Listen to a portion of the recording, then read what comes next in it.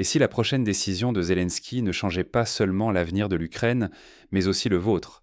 Car en ce moment précis, une série de crises sans précédent force le pays à choisir entre l'espoir et l'abandon, et ce choix pourrait bouleverser l'équilibre de toute l'Europe, voire du monde.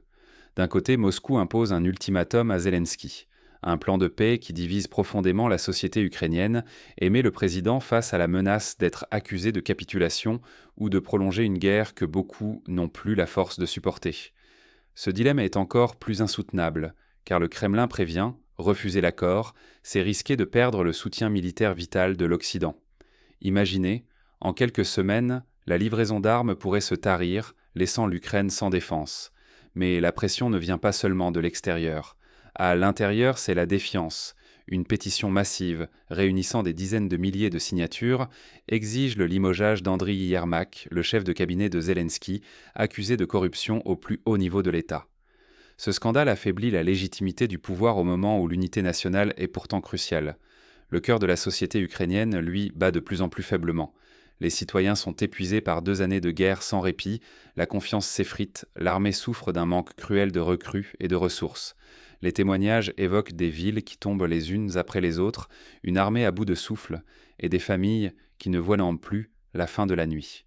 Ce qui est en jeu, ce n'est pas seulement la survie d'un pays, mais la stabilité de toute l'Europe et l'idée même du choix démocratique sous pression. Si l'Ukraine est forcée de choisir dans la peur et la division, c'est l'avenir de la démocratie et votre propre sécurité qui tremble. Alors comment en est-on arrivé à cette situation où chaque décision semble une impasse? Pour le comprendre, plongeons ensemble dans la mosaïque de crises et de tensions qui traversent aujourd'hui l'Ukraine et ses voisins. Quelle est la vraie situation sur le terrain en Ukraine et chez ses voisins? Derrière les grandes annonces diplomatiques, la réalité devient chaque jour plus sombre, marquée par une dégradation rapide sur tous les fronts. À l'est, la situation militaire s'effondre autour de Pokrovsk et de Mernograd. L'armée russe avance, grignotant lentement les positions ukrainiennes. Les témoignages des soldats qui parviennent à s'extraire de ces zones encerclées sont clairs. La fatigue et le manque de moyens rongent la défense. Le haut commandement ukrainien lui-même avoue son épuisement. Cette année de combat a vidé les réserves physiques et morales, et chaque perte territoriale pèse plus lourd qu'hier. Pour Volodymyr Zelensky, la pression est inouïe. Doit-il accepter une nouvelle perte de territoire, risquer la rupture avec les partenaires occidentaux ou prendre le risque d'une blessure irréversible à la dignité nationale? Ce dilemme n'est pas seulement militaire ou politique, il est existentiel. La société ukrainienne observe avec angoisse, divisée entre la nécessité de résister et l'impossibilité de supporter davantage de sacrifices. Autour de l'Ukraine, la tension monte aussi. La Pologne multiplie les alertes sur la sécurité de ses frontières, la Biélorussie annonce rechercher activement des ressortissants ukrainiens suspectés de sabotage, et même le Kazakhstan connaît des troubles internes alimentés par la crainte de déstabilisation régionale. Chaque incident transfrontalier ravive la suspicion et complique la moindre tentative de désescalade. Comme si cela ne suffisait pas, les crises sociales s'accumulent à l'intérieur de l'Ukraine. Un scandale de corruption majeur éclabousse le sommet de l'État. Une pétition exige la révocation d'Andriy Yermak, chef du bureau présidentiel, et la colère populaire se transforme en mouvement politique. Les Ukrainiens se demandent s'il reste possible de purger le système sans intervention étrangère, certains estimant que seule une surveillance internationale pourrait garantir la transparence. La fatigue collective est palpable. Les familles paient le prix du front, alors que la défiance envers les dirigeants grandit. La peur de perdre non seulement des territoires, mais aussi l'espoir et la cohésion nationale s'installent dans les esprits. Ignorer la complexité de ce contexte, c'est risquer de déformer toute analyse. Les lignes militaires, les jeux d'influence politique et la lassitude sociale s'entremêlent, rendant toute solution rapide illusoire. Derrière chaque fait, il y a une crise profonde qui rend impossible de réduire cette situation à des choix simples. Mais si les faits sont brutaux, il faut aussi comprendre ce qui se joue en coulisses. La fracture grandissante entre les plans tracés par les grandes puissances et la réalité vécue par ceux qui subissent la guerre, la crise ou l'exil, chaque jour. Pourquoi les solutions de Washington, Bruxelles ou Moscou n'apportent-elles jamais la paix attendue en Ukraine? Cette question tourmente à la fois les décideurs et la population, mais elle révèle la profondeur du conflit actuel. Ce ne sont pas seulement des armes ou des frontières qui sont en jeu, mais la confiance et la souveraineté d'un peuple épuisé par la guerre et la politique des grandes puissances. Prenons d'abord le fameux plan de paix à la Trump. Sur le papier, il promet à l'Ukraine une garantie de sécurité quasi absolue, inspirée de l'article 5 de l'OTAN. Une attaque contre Kiev serait une attaque contre tous les signataires, mais cette promesse a un prix colossal. Il s'agirait pour l'Ukraine d'accepter d'énormes concessions territoriales, de perdre des régions entières et de dépendre économiquement des pays occidentaux pour des décennies. Quel sens pour une paix qui ressemble à une capitulation masquée ? À l'ouest, la pression monte, les alliés adressent un ultimatum. Soit Kiev accepte le compromis, soit tout soutien militaire et financier cessera. C'est la diplomatie sous la menace, une négociation où l'Ukraine perd peu à peu son pouvoir de décision. Cette stratégie ne fait qu'accentuer le sentiment d'abandon au sein de la société ukrainienne qui voit ses propres intérêts sacrifiés sur l'autel de la stabilité, la stabilité régionale. Du côté russe, le Kremlin affiche une posture d'ouverture. Oui, Moscou est prêt à discuter, mais uniquement sur des bases de totalement remaniées. Reconnaissance des territoires occupés, neutralité forcée de l'Ukraine et une zone d'influence russe clairement redéfinie en Europe de l'Est. Résultat, l'espace de manœuvre de Volodymyr Zelensky se réduit comme peau de chagrin, coincé entre la menace d'un isolement occidental et la surenchère des exigences russes.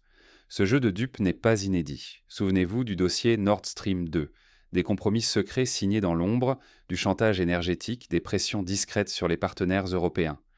L'Ukraine s'est déjà retrouvée victime collatérale de ces arrangements entre grandes puissances sans jamais être véritablement consultée. Mais le facteur le plus explosif reste la défiance interne. Une part grandissante de la population ukrainienne ne croit plus en ses élites ni en leur capacité à défendre l'intérêt national. Les scandales de corruption s'accumulent. Les pétitions se multiplient pour exiger la démission de hauts responsables. La société civile s'organise, mais le sentiment général est celui d'un abandon. Beaucoup redoutent tant que ces fameuses solutions de paix ne soient d'un que des trahisons maquillées imposées par l'étranger. À force de négliger cette lassitude, d'ignorer la colère et la peur d'un peuple, les grandes puissances prennent un risque immense. Exiger la paix à tout prix, sans écouter ceux qui la vivront au quotidien, c'est préparer le terrain à de nouveaux conflits, à une instabilité chronique qui pourrait embraser bien au-delà de l'Ukraine.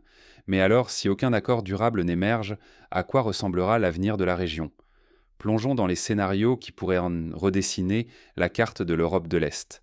Et si le fameux choix de Kiev n'était qu'une illusion, soigneusement façonnée par le croisement d'intérêts étrangers et les calculs internes, au fond, la marge de manœuvre de l'Ukraine se réduit à vue d'œil, tandis que chaque scénario semble piégé d'avance. Accepter une paix imposée, sans adhésion réelle du peuple, risque d'entraîner un effritement irréversible de la souveraineté ukrainienne. Les décisions prises dans la précipitation, sous la pression ou la fatigue, pourraient en transformer la victoire diplomatique affichée en une défaite silencieuse à long terme. L'histoire récente regorge d'exemples où l'absence de consensus populaire a débouché sur la contestation, voire l'explosion sociale. À l'échelle régionale, l'instabilité menace d'essaimer bien au-delà des frontières ukrainiennes. La tension monte déjà en Pologne, en Biélorussie, au Kazakhstan. Multiplication des incidents frontaliers, surveillance policière renforcée, rhétorique belliqueuse. L'Europe de l'Est tout entière semble sur le fil du rasoir, chaque incident mineur risquant de devenir l'étincelle de conflits un peu plus larges. À l'intérieur même de l'Ukraine, la corruption systémique reste un poison lent, jamais vraiment traité, toujours en embuscade. Les scandales récents touchant des hauts responsables attisent la défiance tandis que la société civile s'épuise, partagée entre lassitude et colère. Le risque d'un embrasement social n'est plus théorique. Il suffit parfois d'une étincelle, d'un vote, d'une décision impopulaire pour que tout bascule. Et puis, il y a ce que tout le monde oublie, les autres crises qui s'aggravent dans l'ombre. Les droits des femmes continuent de reculer, les violences explosent dans les territoires les plus exposés au conflit. Les statistiques des Nations Unies tirent à la sonnette d'alarme. Chaque jour, des centaines de femmes signalent des violences, une réalité qui passe sous silence, sacrifiée sur l'autel de la grande politique. À l'échelle mondiale, l'enlisement ou une paix bâclée risque de provoquer une vague de frustration et de méfiance. Le scénario d'une paix froide, où le conflit cesse sans que rien ne soit vraiment résolu, nourrit les rancœurs, affaiblit la confiance dans les institutions internationales et alimente la tentation du repli ou du cynisme. L'illusion d'une sortie de crise pourrait, à terme, aggraver toutes les fractures. Sous-estimer ses conséquences, C'est risquer non seulement un effondrement de la crédibilité des acteurs impliqués, mais aussi l'éclatement des solidarités régionales et une perte durable de confiance à l'échelle mondiale. Plus personne ne croira aux promesses de paix ni aux garanties de sécurité. Face à cette toile de fond, une question cruciale se pose. Quelles leçons tirer et comment agir avec lucidité, que l'on soit simple citoyen, décideur politique ou observateur engagé? Dans la suite, explorons les pistes d'action concrètes et les responsabilités qui incombent à chacun pour ne pas devenir, malgré soi, complice de ces impasses. Que faire concrètement quand tout semble bloqué et que les grands acteurs vous ignorent? Cette question, chacun se la pose face à la complexité de la crise actuelle. Pourtant, même dans un contexte où les décisions semblent prises loin de nous, il existe des leviers d'action réels et souvent sous-estimés. Premièrement, l'importance de la vigilance citoyenne ne doit jamais être sous-estimée. S'informer, comprendre les véritables enjeux derrière les discours officiels, relayer des analyses nuancées ou soutenir la transparence. Tout cela contribue à contrer les narratifs simplistes et à éviter la manipulation de l'opinion publique. Refuser de se contenter d'une version unique des faits, c'est déjà peser dans la balance. Ensuite, la société civile joue un rôle clé dans la résistance au découragement.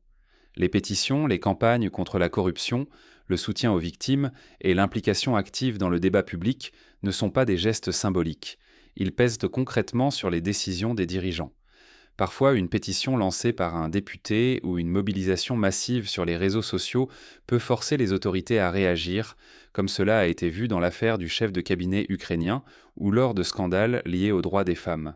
Ce sont ces dynamiques collectives qui redonnent de la force aux citoyens. Face à la multiplication des crises, il est essentiel de ne pas s'enfermer dans une vision uniquement géopolitique. Les questions sociales, humanitaires, la lutte contre la corruption ou la défense des droits fondamentaux sont indissociables de toute solution durable. Oublier ces aspects, c'est condamner tout espoir de paix ou de réforme authentique. Rappelons-le, chaque geste individuel, même un simple commentaire, un partage d'informations fiables ou un appel au débat influence la conversation collective. Dans une société hyperconnectée, aucun geste n'est insignifiant. C'est l'accumulation de ces actions qui, jour après jour, fait émerger des alternatives et oblige responsables et médias à sortir de leur zone de confort. Ne rien faire ou sombrer dans le cynisme, c'est abandonner le terrain à ceux qui imposent la peur ou la résignation. Or, l'histoire montre que l'indifférence collective ouvre toujours la porte aux décisions les plus dangereuses. Rester informé, exercer son esprit critique, questionner chaque discours officiel et s'engager, même modestement, sont aujourd'hui des actes de résistance indispensables, quelle que soit votre situation ou votre pays. Finalement, il existe toujours des marges de manœuvre. Même quand les grandes puissances semblent jouer aux échecs avec le destin d'un peuple, la mobilisation citoyenne finit par faire bouger les lignes, parfois là où on l'attend le moins. À chacun de choisir son rôle, spectateur passif ou acteur éclairé d'une page historique. Pour finir, revenons à la question initiale. Et vous, que déciderez-vous face à ces choix historiques? Le futur de l'Ukraine, et bien au-delà, n'appartient pas qu'aux chefs d'État. Il dépend aussi de notre attention collective. Tout au long de cette crise, nous avons vu comment les décisions se prennent derrière des portes closes, loin des caméras et des slogans. Mais ce sont les regards, les attentes et parfois le silence des sociétés civiles qui finissent par peser sur les choix historiques de chaque dirigeant. Ignorer la lassitude et la résilience des populations, la pression morale qui s'accumule sur les épaules de responsables politiques déjà fragilisés par les scandales ou les désillusions, c'est risquer de mal comprendre la direction que prend l'histoire. Chaque mobilisation, chaque prise de conscience, chaque question posée dans l'espace public compte. Chacun a un rôle, même discret, à jouer dans la définition de la paix ou de l'escalade. Vous l'aurez compris. Ce qui se joue dans l'Est de l'Europe n'est pas qu'une affaire de front militaire ou de négociations entre puissants. Les enjeux touchent aussi les droits des femmes, la lutte contre la corruption, l'usure psychologique d'une société qui ne veut plus choisir entre peur et indifférence. Et si, collectivement, nous détournons le regard, c'est la voie la plus risquée qui pourrait l'emporter. Votre silence ou votre engagement aujourd'hui, même à distance, peuvent véritablement peser sur la trajectoire d'une région entière.